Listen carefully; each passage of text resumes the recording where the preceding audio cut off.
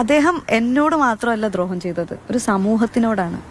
പ്രത്യേകിച്ച് കേരളം പോലെ ഇത്രയും സെക്യുലർ ആയിട്ടുള്ള ഒരു സ്റ്റേറ്റിലുള്ളവരോടാണ് തെറ്റ് ചെയ്തിരിക്കുന്നത്. തീർച്ചയായും സാമൂഹിക വിപത്താണ് ടിനിച്ചേട്ടൻ എന്നുള്ള കാര്യം. നടി അൻസിബയുടെ ഒരു വീഡിയോ ഞാൻ കണ്ടിട്ടുണ്ടായിരുന്നു. പുള്ളിക്കാരത്തി പോലീസ് സ്റ്റേഷനിൽ മൊഴി കൊടുക്കാൻ പോയതാണ്. മൊഴി കൊടുത്തിട്ട് തിരിച്ചു വരുന്ന വഴിക്ക് മീഡിയക്കാരെ എല്ലാം കണ്ടിട്ടുണ്ട്. മീഡിയക്കാരുടെ അടുത്ത് കുറേ കാര്യങ്ങൾ സംസാരിച്ചിട്ടുണ്ട്. ശരിക്കും പറഞ്ഞു കഴിഞ്ഞാൽ ഇപ്പോൾ കുറച്ച് നാളുകളായിട്ട് അൻസിബ ഫേസ് ചെയ്തുകൊണ്ടിരിക്കുന്ന സിറ്റുവേഷൻ നമ്മളെല്ലാവരും കാണുന്നതാണ്. യാതൊരുവിധ നീതിയും ആ ഒരു കുട്ടിക്ക് കിട്ടുന്നില്ല. പലതവണയും ഈ അമ്മയെ സമീപിച്ച് ഇത്തരത്തിലുള്ള കംപ്ലയിൻറ്റ്സ് പറഞ്ഞിട്ടും അവരാർക്കും ഒന്നും പറയാനില്ല, അവർക്ക് ആർക്കും മറുപടിയില്ല. രണ്ടാമത്തെ കോമഡി എന്ന് വെച്ച് കഴിഞ്ഞാൽ അൻസിബയുടെ അടുത്ത് ഇവരെല്ലാവരും കൂടി ഇരുന്ന് ചർച്ച ചെയ്ത് കാര്യങ്ങൾ പരിഹരിക്കാനായിട്ട് തീരുമാനിച്ചു. പക്ഷേ ഈ ചർച്ച ചെയ്യാൻ ഇരിക്കുന്ന ആരാണ്? ടിനി ടോമിനെ പോലെയുള്ള ആൾക്കാർ. ടിനി ടോമിനെതിരെയാണ് ഇപ്പോൾ അൻസിബ പരാതിയായിട്ട് വന്നിട്ടുള്ളത്. എന്നിട്ട് അവരെ തന്നെ അവിടെ പിടിച്ചിരുത്തുവാണ് അൻസിബയുടെ കാര്യങ്ങൾ കേൾക്കാനായിട്ട്. ഇത് ഇവിടുത്തെ ന്യായമാണെന്ന് എനിക്ക് മനസ്സിലാവുന്നില്ല. ഈ ടിനി ടോം ഒരു പൊതുശല്യമാണെന്ന് ജനങ്ങൾക്ക് എല്ലാവർക്കും മനസ്സിലായതാണ്. കുറേ നാളുകളായിട്ട് കേരളത്തിലുള്ള എല്ലാ ജനങ്ങൾക്കും അറിയാം ടിനി ടോം എന്തെല്ലാം പരിപാടികളാണ് കാണിച്ചുകൊണ്ടിരിക്കുന്നതെന്ന്. ഇടയ്ക്ക് വെച്ച് നസീറിനെ പറ്റിയിട്ട് വളരെ മോശമായിട്ടുള്ള രീതി എന്തോ ഒന്ന് സംസാരിക്കുന്ന കേട്ട് അതിന് നാട്ടുകാരുടെ കയ്യിൽ നിന്നല്ല നല്ല രീതിയിലുള്ള പൊങ്കാല കിട്ടിയതുമാണ്. എന്തായാലും നമുക്ക് അൻസിബ പറയുന്ന കാര്യങ്ങളൊന്ന് കേൾക്കാം. തൃപ്പൂണിത്തുറ ഹിൽ പാലസ് പോലീസിന്റെ ഭാഗത്തുനിന്ന് അധിക്ഷേപം ഉണ്ടായെന്ന പരാതിയിൽ നടി അൻസിബ മൊഴി നൽകും. തൃക്കാക്കര ACP ഓഫീസിൽ അൻസിബ എത്തിയിട്ടുണ്ട്. ലക്ഷ്മിപ്രിയയുടെ പരാതിയിൽ അൻസിബയെ പോലീസ് അധിക്ഷേപിച്ചുവെന്നാണ് പരാതി. വിളിച്ചു വരുത്തി ഏറെ നേരം അവളെ ഹരാസ് ചെയ്തിരുന്നെന്ന് അൻസിബ പറഞ്ഞിരുന്നു. അൻസിബ സംസാരിക്കുന്നു. വ്യാജ പരാതി വിളിപ്പിക്കുകയും ചെയ്ത പരാതിയിൽ അപ്പൊ ഈ ടിനിയുടെ പരാതി എങ്ങനെയാണ്? ടിനിക്കെതിരെയുള്ള പരാതിയും മറ്റു കാര്യങ്ങളൊക്കെ എന്താണ്? ടിനിയോട് എങ്ങനെയാണ് ഇനിയൊരു സമീപനം? അദ്ദേഹം എന്നോട് മാത്രമല്ല ദ്രോഹം ചെയ്തത്, ഒരു സമൂഹത്തിനോടാണ്. പ്രത്യേകിച്ച് കേരളം പോലെ ഇത്രയും സെക്യുലർ ആയിട്ടുള്ള ഒരു സ്റ്റേറ്റിലുള്ളവരോടാണ് തെറ്റ് ചെയ്തിരിക്കുന്നത്. ഭയങ്കര മോശമാണത്. ഒരാളോടുള്ള വ്യക്തിവൈരാഗ്യം തീർക്കാൻ വേണ്ടി ഒരാൾക്കെതിരെ ഒന്നും കിട്ടാതിരിക്കുമ്പോൾ പേര് അൻസിബ ഹസനാണ്, എന്നാൽ പിന്നെ ഇങ്ങനെ ഇതങ്ങ് ഉപയോഗിച്ചേക്കാം എന്ന് കരുതിയിട്ട് തെറ്റായിട്ടുള്ളൊരു മെസ്സേജാണ് സമൂഹത്തിന് കൊടുക്കുന്നത്.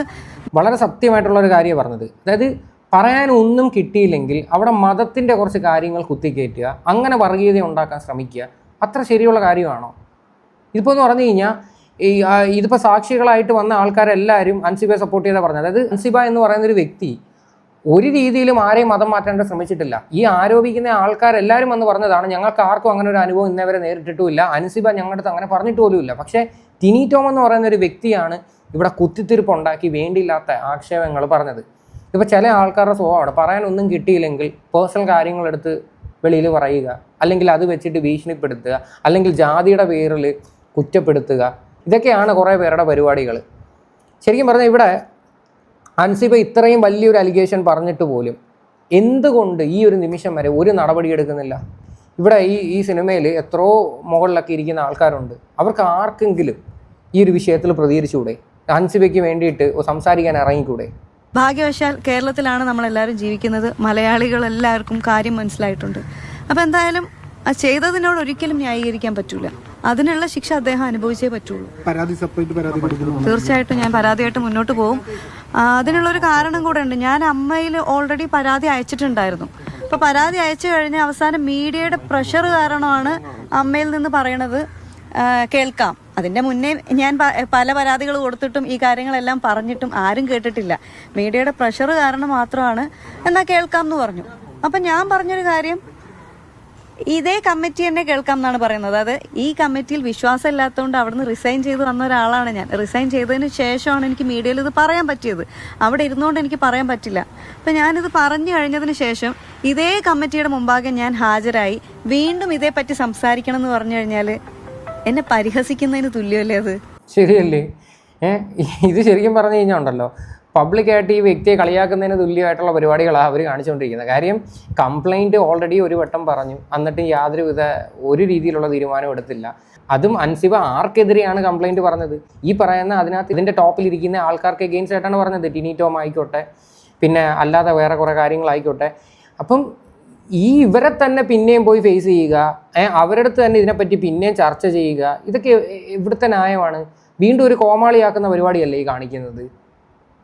ഇത് ശ്വേതാ മേനോൻ്റെ കാര്യം ആലോചിക്കുമ്പോൾ എനിക്ക് സത്യം പറഞ്ഞു കഴിഞ്ഞാൽ ഉണ്ടല്ലോ സങ്കടമുണ്ട്. കാര്യം നിങ്ങളെ ഒരുപാട് പ്രതീക്ഷയോടെയായിരുന്നു ആൾക്കാരൊക്കെ വോട്ട് ചെയ്ത് ആ ഒരു പ്രസിഡന്റ് സ്ഥാനത്തോട്ട് കൊണ്ടുവന്ന് ഇരുത്തിയത്. എന്നിട്ട് നിങ്ങൾ ഇങ്ങനെയൊക്കെയുള്ള രീതിയിൽ കാണിക്കുമെന്ന് പറയുമ്പോൾ ഉണ്ടല്ലോ കാര്യം ശ്വേതാ മേനോൻ വരുന്ന സമയത്ത് എല്ലാവരും പറഞ്ഞൊരു കാര്യമുണ്ടോ, സ്ത്രീകൾക്ക് വേണ്ടി ഇനി നല്ല രീതിയിൽ സംസാരിക്കും, സ്ത്രീകൾക്ക് വേണ്ടി നിൽക്കും, എന്തിന് അതിജീവിതയുടെ കാര്യത്തിൽ ഇടപെടും എന്നൊക്കെയുള്ള രീതിയില്ല. പക്ഷേ യാതൊരുവിധ റെസ്പോൺസും നമ്മളാരും കണ്ടിട്ടില്ല. ഈ ഒരു സിമ്പിൾ കേസ് പോലും നിങ്ങളെ കൊണ്ട് പരിഹരിക്കാൻ പറ്റിയില്ലെങ്കിൽ പിന്നെ എന്തിനാണ് ആ ഒരു സ്ഥാനത്തിരിക്കുന്നത്? എനിക്കൊരു നീതിയും തരാത്ത ഇതേ കമ്മിറ്റിയുടെ മുന്നിൽ പോയിരുന്നിട്ട് ഞാൻ എന്ത് പറയാനാ? അല്ലെങ്കിൽ അവരെന്ത് കേൾക്കാനാ? എനിക്ക് വേണ്ടി എന്തെങ്കിലും ന്യായത്തിൻ്റെ കൂടെ ഇരിക്കുമോ? ഞാൻ ആരോപണം പറയുന്നത് ആർക്കെതിരെയാണ്? ടിനി ടോം എന്ന് പറഞ്ഞ അദ്ദേഹത്തിനെതിരെയാണ്. അദ്ദേഹത്തെ സപ്പോർട്ട് ചെയ്യുന്ന പ്രസിഡന്റ്, എനിക്കെതിരെ വ്യാജ പരാതി നൽകിയ വൈസ് പ്രസിഡന്റ്, ഇങ്ങനെ ഇരിക്കുന്ന ഇവരുടെ മുമ്പാകെ ഞാൻ വീണ്ടും ഹാജരായി വീണ്ടും ഞാൻ ഈ കാര്യങ്ങൾ പറഞ്ഞു കഴിഞ്ഞാൽ എനിക്ക് നീതി കിട്ടുമെന്ന് തോന്നുന്നുണ്ടോ? അല്ലെങ്കിൽ തന്നെ ഞാൻ ആദ്യമായിട്ട് കേൾക്കുകയാണ് കുറ്റാരോപിതർ ഇരുന്നിട്ട് നീതി തരാൻ വേണ്ടിയിട്ട് സംസാരിക്കുന്ന കാര്യം. മറ്റാരെങ്കിലും ഇരുന്നല്ലേ സാധാരണ സംസാരിക്കുക? അതെ, ഈ വിഷയത്തിൽ ഇൻവോൾവ് അല്ലാത്ത ആൾക്കാരല്ലേ ഇരുന്നിട്ട് ഈ ഒരു വിഷയം കേൾക്കണ്ടേ? ഇതിപ്പം ആ കുറ്റാരോപിതരായിട്ടുള്ള ആൾക്കാരെ തന്നെ അവിടെ ഇരുന്നിട്ട് ഇത് പരിഹരിക്കാമെന്നും പറഞ്ഞിട്ട് വിളിപ്പിച്ചു കഴിഞ്ഞാൽ എന്തുവാണ് ഇത് നീയൊക്കെ കാണിക്കുന്ന? സത്യം പറഞ്ഞാൽ എന്തിനാ അല്ലെങ്കിൽ ഇങ്ങനോട്ട് സംഘടന? എന്ത് ഗുണമാണ് നാടിനുള്ളത് ഈ ഒരു സംഘടനയും കൊണ്ട്? ഇതങ്ങ് പിരിച്ചു വിടുക, അതാണ് ഇവിടെ ഏറ്റവും നല്ലത്. ഇതിപ്പം ബാക്കിയുള്ളവർക്കൊണ്ടാണ് ഇത് തലവേദനയായിട്ടിരിക്കുന്നത്. ഇതിപ്പം മീഡിയ ന്യൂസ് ഒന്നും ഓപ്പൺ ആക്കാൻ പറ്റുന്നില്ല. ഇതിലും വലിയ വലിയ ഒരുപാട് വാർത്തകൾ നടക്കുന്നുണ്ട്. അപ്പോൾ ഒന്നെങ്കിൽ ഇതിനൊരു പരിഹാരം ഉണ്ടാക്കുക, അല്ലെങ്കിൽ ആ ഒരു സംഘടന പിരിച്ചു വിടുക. എന്നിട്ട് ഇവരുടെയൊക്കെ പേരിൽ ഇപ്പം പോകുന്ന രീതിയിൽ അൻസിബ കേസുമായിട്ട് മുന്നോട്ട് പോട്ടെ, അതായിരിക്കും നല്ലത്. കാര്യം രാജ്യദ്രോഹ കുറ്റം എന്ന് പറയുന്ന ഒരു കാര്യം വരെ വേണമെങ്കിൽ അൻസിബയുടെ തലയിലോട്ട് വന്നേനെ ഈ ടിനി ടോം പറഞ്ഞിരിക്കുന്ന ആരോപണത്തിൽ. ഈ നിമിഷം വരെ അതിന് ആക്ഷൻ എടുത്തിട്ടില്ല, ഒരു നീതി നടപ്പാക്കാൻ വേണ്ടിയിട്ട്. അപ്പം ഞാൻ ആകെ ആവശ്യപ്പെട്ടത് മറ്റൊരു സമിതിയെ വെക്കണം. അപ്പം ഞാൻ ആവശ്യപ്പെട്ടത് എനിക്ക് എൻ്റെ മനസ്സിൽ വന്ന 3 പേരുകളായതുകൊണ്ട് മാലാ പാർവതി ചേച്ചിയുടെ പേരും രമേശ് പിഷാരടി ചേട്ടൻ്റെ പേരും ധ്യാൻ ചേട്ടൻ്റെ പേരും ഒക്കെ ഞാൻ പറഞ്ഞത്. അപ്പം ഞാൻ അയച്ച മെയിലിൽ കൃത്യമായിട്ട് ഞാൻ മെൻഷൻ ചെയ്തിട്ടുണ്ടായിരുന്നു, ഇനി ഇവർ അവൈലബിൾ അല്ല എന്നുണ്ടെങ്കിൽ ബയസ്ഡ് ആയിട്ട് തീരുമാനങ്ങൾ എടുക്കാത്ത ആളുകൾ വേറെ മെമ്പേഴ്സ് അമ്മയിലുണ്ടല്ലോ, അങ്ങനെയുള്ള ആരെങ്കിലും വെച്ചിട്ട് നിങ്ങളൊരു സമിതി ഉണ്ടാക്കൂ, എന്നിട്ട് അവരുടെ മുമ്പാകെ ഞാൻ ഹാജരായിട്ട് ഞാൻ സംസാരിക്കാമെന്ന്. പക്ഷെ ഇതുവരെ ഒരു റിപ്ലൈ പോലും എനിക്ക് ലഭിച്ചിട്ടില്ല. അപ്പം അതിൽ നിന്ന് ഞാൻ എന്താ മനസ്സിലാക്കേണ്ടത്? തീർച്ചയായും സാമൂഹിക വിപത്താണ് ടിനിച്ചേട്ടൻ എന്നുള്ള കാര്യം. സാമൂഹിക വിപത്ത് മാത്രമല്ല, ഒരു പൊതുശല്യമാണ്. കാര്യം ടിനി ടോമിൻ്റെ പറ്റിയിട്ട് കേരളത്തിലുള്ള ജനങ്ങൾക്ക് അൻസിബ പറഞ്ഞിട്ട് വേണ്ട അറിയാൻ, ബോധമുള്ളവർക്ക് അത് മനസ്സിലാക്കാവുന്നേ ഉള്ളൂ. കാര്യം അമ്മാതിരി പ്രവർത്തികളാണ് ടിനി കുറേ നാളുകളായിട്ട് സോഷ്യൽ മീഡിയയിലൊക്കെ കിടന്ന് കാണിച്ചുകൊണ്ടിരിക്കുന്നത്. ഇനിയിപ്പോൾ സോഷ്യൽ മീഡിയയിലായിക്കോട്ടെ, ടിനി ടോമിന് എന്തെങ്കിലുമൊക്കെ അഗെയിൻസ്റ്റ് ആയിട്ടൊരു വീഡിയോ വന്നാൽ ടിനി ടോം എന്തെല്ലാം പ്രകടനങ്ങൾ കാണിക്കുമെന്ന് നമുക്കറിയാം. ആൾക്കാരെ വിളിച്ച് ഭീഷണിപ്പെടുത്തുക, വേറെ രീതി വഴി കേസുകൾ കൊടുക്കാൻ വേണ്ടി ശ്രമിക്കുക, ഇങ്ങനെയൊക്കെയുള്ള പരിപാടികളാണ് ടിനി ടോമിൻ്റെ കയ്യിരിക്കുന്നത്. വ്യക്തമായിട്ട് എനിക്കറിയാം, അതിനെതിരെ ഞാൻ മുന്നോട്ട് പോകുക തന്നെ ചെയ്യും. ഈ ശ്വേതാ മേനോൻ ടിനിക്ക് അനുകൂലമായ നിലപാടാണ് എടുക്കുന്നത്. പലപ്പോഴും അൻസിബയുടെ പരാതി പോലും ചർച്ച ചെയ്യേണ്ടെന്നാണ് ശ്വേതാ മേനോൻ പറഞ്ഞത്. ജനറൽ ബോഡിയിൽ ചർച്ച ചെയ്യാമെന്നൊക്കെ പറയുന്നു. അത് കേൾക്കുമ്പോൾ വിഷമാണ് തോന്നുന്നത്. കാരണം ഇത്രയും വലിയ ഒരു ഇതിപ്പോൾ ഒന്ന് ആലോചിച്ച് നോക്കൂ, ഈ പ്രൊഡക്ഷൻ കൺട്രോളർ രാജീവ് കുടപ്പന എന്ന് പറയുന്ന അദ്ദേഹം വന്നിട്ട് അൻസിബ അങ്ങനെ പറഞ്ഞിട്ടില്ല, അദ്ദേഹത്തിൻ്റെ മകൻ കൈലാസ് വന്നിട്ട് പറഞ്ഞ അൻസിബ അങ്ങനെ പറഞ്ഞിട്ടില്ല എന്ന്. അവർ ഒരു സെക്കൻഡ് മാറ്റി പറഞ്ഞിരുന്നെങ്കിൽ രാജ്യദ്രോഹ കുറ്റത്തിന് ഞാൻ ജയിലിൽ കിടക്കേണ്ടി വരില്ലായിരുന്നു. തീർച്ചയായിട്ടും. കാര്യം മതം മാറ്റാൻ ശ്രമിക്കുന്നു എന്നൊക്കെ പറയുന്നത് അത്ര നിസ്സാരപ്പെട്ടൊരു കാര്യമല്ല. അപ്പം കേൾക്കുന്നവർക്ക് മേ ബി അത്രയ്ക്ക് പക്ഷെ അങ്ങനെയല്ല, അതൊരു വളരെ സീരിയസ് ആയിട്ടുള്ളൊരു കാര്യമാണ്. അപ്പോൾ അവർ ഏതെങ്കിലും ഒരു നിമിഷത്തിൽ ഇവരുടെയൊക്കെ ഇൻഫ്ലുവൻസ് കാരണം മാറ്റി പറഞ്ഞിട്ടുണ്ടായിരുന്നുവെങ്കിൽ ഇപ്പം അൻസിബ ഇപ്പം എവിടെ ഇരുന്നേനെ? നിങ്ങളൊന്ന് ആലോചിച്ച് നോക്കുക. അല്ലെങ്കിൽ 1 മിനിറ്റെങ്കിലും ആൾക്കാർ തെറ്റിദ്ധരിച്ചേനെ അൻസിബയെ പറ്റിയിട്ട്, അല്ലേ? അപ്പം ഇത്ര സീരിയസ് ആയിട്ടുള്ളൊരു വിഷയം ഇവിടെ നടന്നിട്ട് എന്ത് പരിഹാരമാണ് ഇവിടെ ഉണ്ടായത്? എന്ത് നീതിയാണ് ഈ ഒരു പെൺകുട്ടിക്ക് കിട്ടിയത്?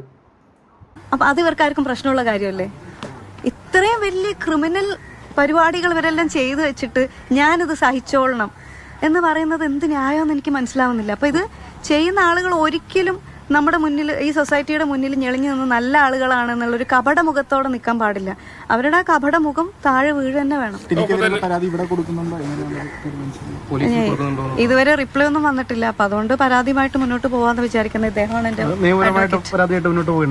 അതെ അതെ. ഒപ്പം തന്നെ ഈ സാമ്പത്തിക ഇടപാടുകൾ ഉണ്ടായിരുന്നു. ശരിക്കും പറഞ്ഞാൽ ഇവിടെ ചർച്ച ചെയ്യേണ്ട വേറൊരു കാര്യമുണ്ട്. ഈ ഒരു വ്യാജ പരാതിയായിരുന്നു അൻസിബയുടെ പേരിൽ ലക്ഷ്മി പ്രിയ കൊടുത്തിട്ടുണ്ടായിരുന്നത്. അപ്പം അതിൻ്റെ വിഷയത്തിലാണ് ഇപ്പം നിലവിൽ ഈ പറയുന്ന SIക്കെതിരെയും ലക്ഷ്മിപ്രിയക്കെതിരെയും എല്ലാം തിരിച്ച് മുഖ്യമന്ത്രിക്കും DGPക്കും എല്ലാം അൻസിബ പരാതി കൊടുത്തിരിക്കുന്നത്. അതായത് യാതൊരു അടിസ്ഥാനമില്ലാത്ത ഒരു കേസിൻ്റെ പേരിൽ അൻസിബയെ പോലീസ് സ്റ്റേഷനിൽ കുറേ മണിക്കൂർ ബുദ്ധിമുട്ടിക്കുക എന്നൊക്കെ പറയണത് അതത്ര നിസ്സാരപ്പെട്ട കാര്യമാണോ? അതെനിക്കറിയാൻ പറ്റാണ്ട് ചോദിക്കുക. അത് മാത്രമല്ല, എന്തുകൊണ്ട് ഈ ലക്ഷ്മിപ്രിയക്കെതിരെ തിരിച്ച് ആക്ഷൻ എടുക്കുന്നില്ല? എന്തായാലും ലക്ഷ്മിപ്രിയൊക്കെ വന്നിരുന്ന് പബ്ലിക്കിൻ്റെ മുന്നിൽ വന്നിരുന്ന് വാതോരാതിരുന്ന് അങ്ങ് ഡയലോഗാണ് എന്തോ വലിയ അങ്ങ് സംഭവമാണെന്നുള്ള രീതിയിൽ ഇങ്ങനെയൊക്കെയുള്ള ഉടായ്പകളൊക്കെ കാണിച്ചിട്ട് ഇവർക്കൊക്കെ സത്യം പറഞ്ഞാൽ നാണമില്ല ഇങ്ങനെയൊക്കെ വന്നിരുന്ന് സംസാരിക്കാനായിട്ട്. ഒന്ന് ആലോചിച്ച് നോക്ക്, കള്ളപ്പരാതിയൊക്കെ കൊണ്ടുവന്നിരുന്ന് കൊടുത്തിരിക്കുക. അത് കള്ളപ്പരാതിയാണെന്ന് നമുക്ക് എല്ലാവർക്കും ഇപ്പം മനസ്സിലായി. കാര്യം ഇവരെല്ലാവരും കൂടെ ചേർന്നുള്ളൊരു ഒത്തുകളിയാണത്, അല്ല വേറെ ഒന്നുമല്ല. അത് കണക്കിന് ശ്വേതാ മേനോൻ ഈ ഒരു വിഷയത്തെ പറ്റിയിട്ട് ഈ അമ്മ സംഘടനയുടെ ഇടയിൽ പറഞ്ഞിരിക്കുന്നു ഈ ഒരു വിഷയം എടുക്കണ്ട, അതിനെപ്പറ്റി സംസാരിക്കണ്ട എന്നൊക്കെ പറയുമ്പം ഇതെല്ലാം പ്ലാൻഡ് ആയിട്ടുള്ള ഒരു കാര്യമാണെന്ന് മനസ്സിലാക്കാന്നേ ഉള്ളൂ. കൈലാഷ് ഒരു മ്യൂസിക് ഷോ നടത്തിയിരുന്നു, 11 ലക്ഷം രൂപ അവിടെ കൊടുത്തിരുന്നു. സരയു ഭർത്താവിനെ കൊണ്ട് ഒരു AV ജയിച്ചിരുന്നു, 2.5 ലക്ഷം രൂപ കൊടുത്തിരുന്നു. ഇതൊക്കെ അൻസിബ അന്ന് ചോദ്യം ചെയ്തിരുന്നു കാര്യങ്ങളൊക്കെ ചോദ്യം ചെയ്തിരുന്നു. അതെല്ലാമാണ് ഇതിലേക്ക് നയിച്ചതെന്ന് തോന്നുന്നു. അത്തരം ചോദ്യം ചെയ്യലാണോ ഇത്തരം ഇങ്ങനൊരു മറുപടികളുണ്ടായിരുന്നു അവർക്കെന്നാ? ഇത് ആദ്യത്തെ ഇഷ്യൂ എന്ന് പറഞ്ഞാൽ ഇപ്പോൾ ഞാനിപ്പോഴാണ് വാട്സപ്പ് ചാറ്റ് എടുത്ത് നോക്കിയത്. അതായത് ജനുവരി 12-ന് പ്രസിഡന്റ് നമ്മുടെ EC വാട്സപ്പ് ഗ്രൂപ്പിൽ മെസ്സേജ് ഇട്ടിട്ടുണ്ട്, ടൈറ്റിൽ സ്പോൺസർഷിപ്പ് ടെമ്പിൾ വരുന്നതിൻ്റെ ഡിസിഷൻ എന്താണ് എടുക്കുന്നത് എന്ന് ചോദിച്ചിട്ട്. അപ്പോൾ അതിൻ്റെ മുന്നേ ഇതിൻ്റെ ചർച്ചകൾ നടന്നിട്ടുണ്ട്. അപ്പോൾ ആ സമയത്താണ് ഞാനിങ്ങനെ വ്യക്തിപരമായിട്ട് ഞാൻ പറഞ്ഞത്, ഇതൊരു ധാർമ്മികതയുടെ പേരിൽ പറയുന്നതാണ്, ഇത് ചെയ്യരുത്. ഒരു വളരെ സെക്യുലറായിട്ട് നിൽക്കുന്ന ഒരു സ്ഥാപനമാണ്. അപ്പോൾ നമുക്ക് ടെമ്പിൾ വേണ്ട, മോസ്ക് വേണ്ട, ചേർച്ച് വേണ്ട, അല്ലെങ്കിൽ നാളെ പാർട്ടികൾ വരും, ഇതൊന്നും വേണ്ട. ഇതൊന്നും ഇല്ലാതെ തന്നെ 32 വർഷം നടന്നു പോയൊരു ചരിത്രം അമ്മയ്ക്കുണ്ട് എന്നിരിക്കെ ഇപ്പോഴും സ്പോൺസേഴ്സിനെ കിട്ടാൻ ബുദ്ധിമുട്ടുള്ളൊരു സംഘടനയൊന്നും അല്ല. സത്യമല്ലേ? എന്തിനാണ് 75 ലക്ഷം രൂപയൊക്കെ കൊടുത്തിട്ട് ഈ ഒരു അമ്പലം സ്പോൺസർഷിപ്പ് എടുക്കുന്നത്? എനിക്ക് മനസ്സിലാവുന്നില്ല. 75 ലക്ഷം രൂപയുടെ ആവശ്യമുണ്ട്. അത് മാത്രമല്ല, ഭക്തജനങ്ങളുടെ പൈസ എടുത്തിട്ടാണ് സ്പോൺസർഷിപ്പിന് വേണ്ടിയിട്ട് കൊടുക്കുന്നത്. അതാണ് അതിലും വലിയ കോമഡി. ഈ അടുത്തൊരു പടം ഇറങ്ങിയിട്ടുണ്ടായിരുന്നല്ലോ, മോഹിനിയാട്ടം എന്ന് പറയുന്നത്. ആ പടത്തിനകത്ത് കുറച്ച് സീൻസ് ഉണ്ട്, അത് കണ്ടവർക്ക് അത് മനസ്സിലാക്കാൻ പറ്റും. എന്തിനാ ഇങ്ങനെയൊക്കെയുള്ള ഉടായ്പ പരിപാടികൾ കാണിക്കുന്നത്? അറിയാൻ മേലാണ്ട് ചോദിക്കും. അത് മാത്രമല്ല, അമ്മയ്ക്ക് എന്തിനാണ് ഈ സ്പോൺസർഷിപ്പ്? അമ്മ എന്ന് പറഞ്ഞു കഴിഞ്ഞാൽ എന്തോ ആരും പൈസ ഇല്ലാത്ത ആൾക്കാരാണോ ഈ സിനിമാ നടന്മാർ? എത്രയോ കോടാനുകോടീശ്വരന്മാരാണ് അതിനകത്തിരിക്കുന്നത്. അപ്പം ഇതിനകത്തുള്ള ഇങ്ങനെയുള്ള കുറേ കാര്യങ്ങളൊക്കെ അൻസിബ ചോദ്യം ചെയ്തതാണ് ഇവർക്ക് ഏറ്റവും വലിയ പ്രശ്നം. എനിക്ക് കാര്യം പിടികിട്ടിയില്ലേ? മാത്രമായിരുന്നു അത്തരത്തിലൊരു വിയോജിപ്പുണ്ടായിരുന്നത്. ഞാൻ അങ്ങനെ ഒരു വിയോജിപ്പ് ആദ്യം എന്നിട്ട് ഒരു വോട്ടിംഗ്